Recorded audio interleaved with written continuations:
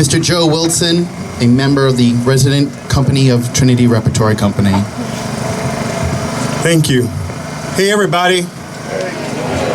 Let's try this again. Hey, everybody. While we celebrate the lives of those lost in Orlando, I think that I'm here.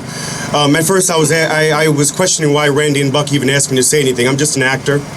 I live here. I moved here 11 years ago. I'm reminded of, I was involved in a not-for-profit, I still am, called the Manton Avenue Project. And we were having our big benefit a week ago. And I broke down into tears because I was remembering the theme of that benefit was homecoming.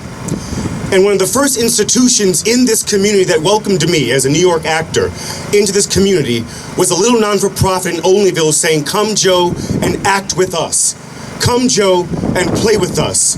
Come and make this place your home."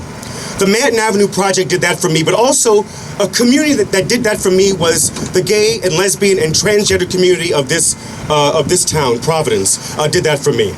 The first time I stepped foot in Randy's bar and Buck's bar on Snow Street in the tiny Alley Cat bar, before they were in their new building and before they have done all the great things that they've done, I walked into that bar and ladies like La Diva and Kitty Litter and all these women said, "Joe, who are you? You act, we love you, and keep doing what you do." And so I'm here to say thank you to this community. I'm here to say thank you for making this place feel like home to me. And thank you for continuing to make this place home for other young people, young activists, young professionals, and young folks who care about serving in our smaller communities across the United States. So thank you for that luxury and that gift. There are three words that come to me tonight, and that first word is peace. As I watch these candles being held, as I watch tears being shed, as I watch hands being held, as I watch people making introductions for the first time of folks that they have maybe recognized in the theater, or recognized at the bar, or recognized at the mall, or on the streets, or down Westminster, saying hello for the first time, but still feeling familiar. Thank you for that kind of love being exhibited tonight.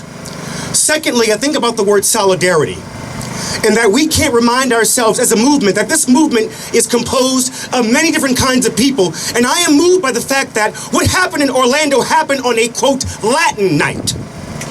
That many of these young people in that bar were being outed as a result of being shot at, being outed as a result of their parents searching for them in both morgues and hospitals. And we have to stop allowing this to be the only way that our people of color are coming out of the closet is after they've been shot and maimed and abused. That process has to start now. That process has to start at birth. That process has to start throughout their entire education. And finally, I want to talk about pride.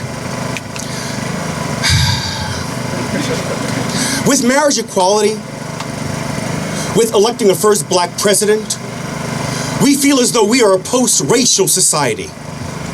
And we've come a long way. God knows we've come a long way. With marriage equality, we feel as though we've gotten so much accomplished. But I have to say, and I'm going to get really personal here for a second, that we have to remind ourselves that this movement, this gay equality movement, can't be a movement exclusively for the privileged. It can't be a movement exclusively, and to my white brethren, I'm going to go there for a second. It has to be a movement that includes black, Latino, poor, because this message is not just a message of being called a fag or being called a dyke. This movement is about money. This movement is about economic equality. This movement is about jailing folks that don't deserve to have these sentences for having a bag of weed. That our issues go far beyond marriage and go far beyond all of those things. And as the Republican Party wants to have an autopsy about how to include more people in their party, the gay rights movement needs to have an autopsy. And that autopsy is, how do we include the poor? How do we include black? How do we include Latin folks? How do we include the transgender community? How do we speak intelligently about people using bathrooms? That we along with marking where we've come, we have to mark where we yet need to go. And we still need to hone our skills, hone our language, learn how to speak about these issues, and continue to read and continue to talk to activists who can teach us all how to continue this fight. So, friends, I'm just saying, let's take this. We have so much more to do. We have so much more to do, but we can still learn a lesson from being more inclusive. We can still learn a lesson from being more loving. We can still learn a lesson from not being so damn judgmental. And we can still learn a lesson from not being so ageist. We can still learn a lesson from not being so sexist. Those things still plague our community. And for us to be a more fuller, accepting, positive, progressive, and effective community, it starts now. It starts by celebrating the past. We're looking forward to the future. Let's do it. Let's go.